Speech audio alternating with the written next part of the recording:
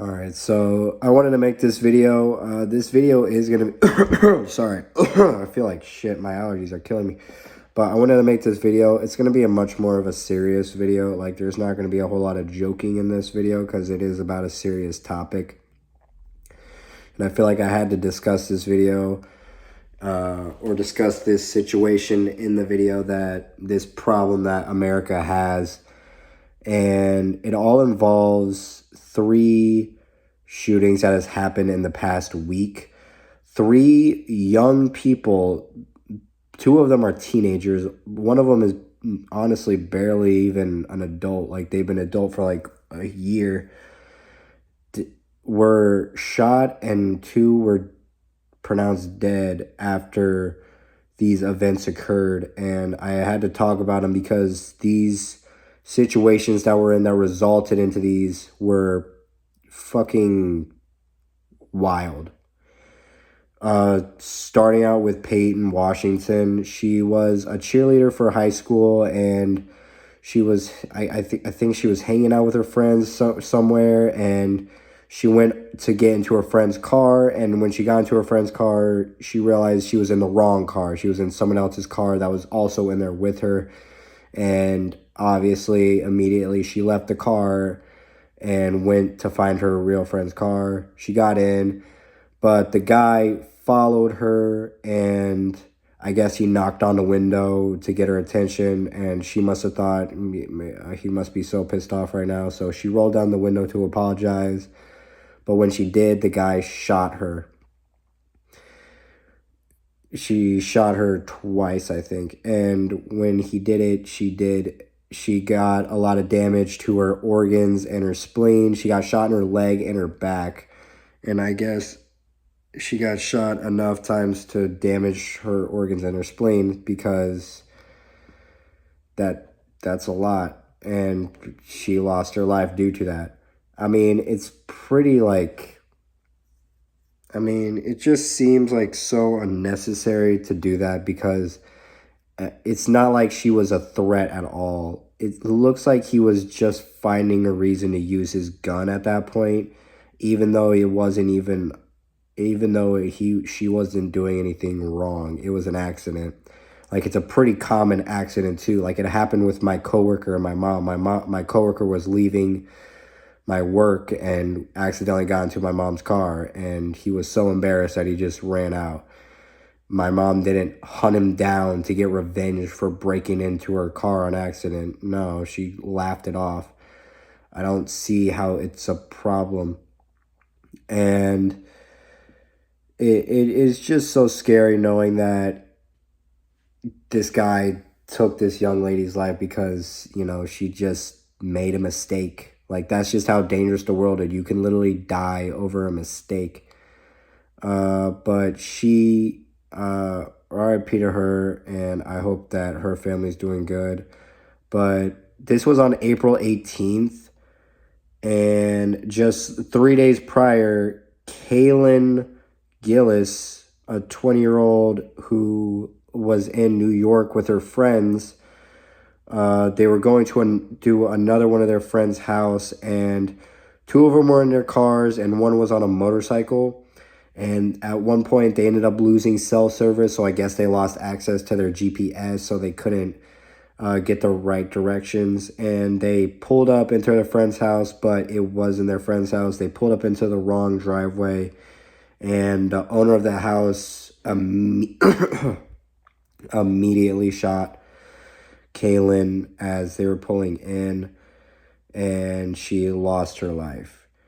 So clearly this was a act of trying to, I don't know, defend your house, I guess, even though they literally just pulled up. Like, that could have literally been anybody. What if that was like your family member who got a new car? Like, that could have been anybody, and you go at them with a gun and take their life away. By the way, if you ever feel like you're in danger, try to analyze the situation before you try to take their life away. Like, I would get it if it was a van filled with guys with masks on, with weaponry that was going up to your house. Like, one of them has a AK-47 going up to your house. then that would be a good time to, all right, maybe I should arm myself in case these guys try to kill me. But when it's a group of teenagers in 2 cars and a motorcycle that clearly have no idea, that are clearly at the wrong spot, that do not look like a threat, you should put down, the weaponry. Like, you don't need to defend anything here. Like, it's as if it's like as if a knight in shining armor sliced the head off of a alligator because he thought it was a dragon. Like, it's not that big of a deal. You don't need to do all that.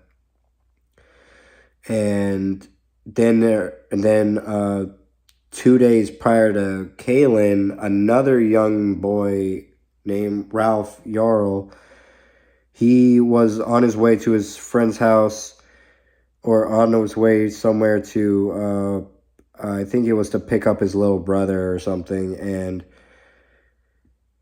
he went to the wrong house, again, wrong house situation, to pick up his little brother, I guess from his friend's house or something, and he was immediately shot twice through the glass door without question from the homeowner.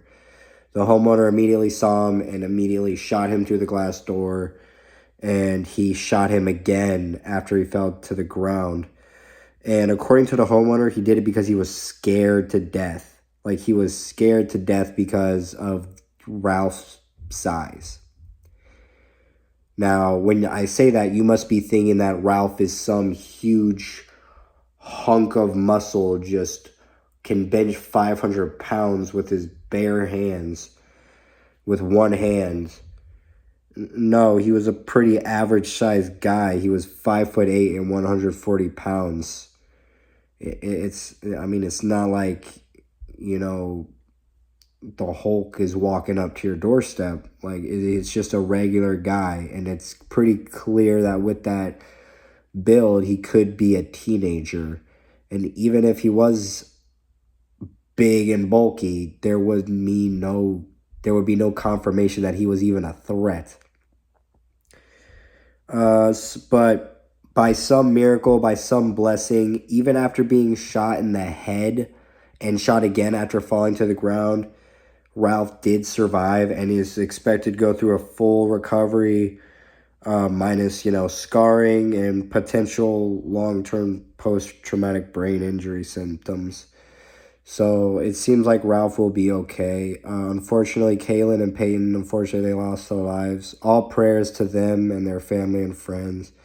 And of course, prayers to Ralph and his family. I can't imagine being a parent and they lose their kid because some dickhead was fearing for their lives because they were being in such a threatening situation. So yeah, I hope they're doing okay. I hope they get better, and I hope they get through this.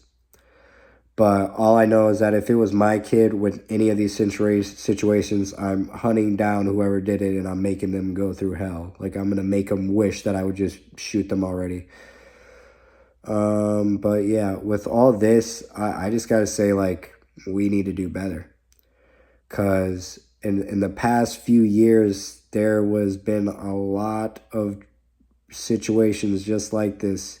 Like, did we not learn anything from George Floyd? Like, apparently not. Like, we shouldn't be abusing people because we're scared. We shouldn't be taking advantage of these situations. And I feel like a lot of these situations, these three in particular, is all due to the fact that these Americans, these Americans, I guess people in general, they buy these guns, they spend thousands of dollars on these guns, and they feel so powerful with them because they can kill a man whenever they want to, no matter what their size is, no matter how big of a threat they are, they can just kill them whenever they want to.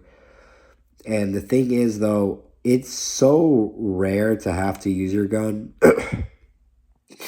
Except, especially where I'm from, I've never seen my dad use his gun. I've never heard of, like, a shooting. Okay, I have heard about a shooting in my neighborhood, but it wasn't really like nothing crazy. Like it wasn't like there was a shootout on every block. Like I don't need to sleep with a gun in my drawer next to my bed, thank God. But obviously, there are some areas where you might need that. So I understand that. But I feel like in situations like this, people get this gun, they don't ever get to use it. And when they see the smallest possibility that it could be considered, not even considered, like they could just be in a situation where this person's on my property and I don't know them. This could be trespass. I need to get my shotgun. And it's just like, you know what I mean? It's not like a breaking and entering. So I feel like they just got so excited to have that opportunity to use their gun that they just didn't realize that they were taking the life away of somebody who was so young.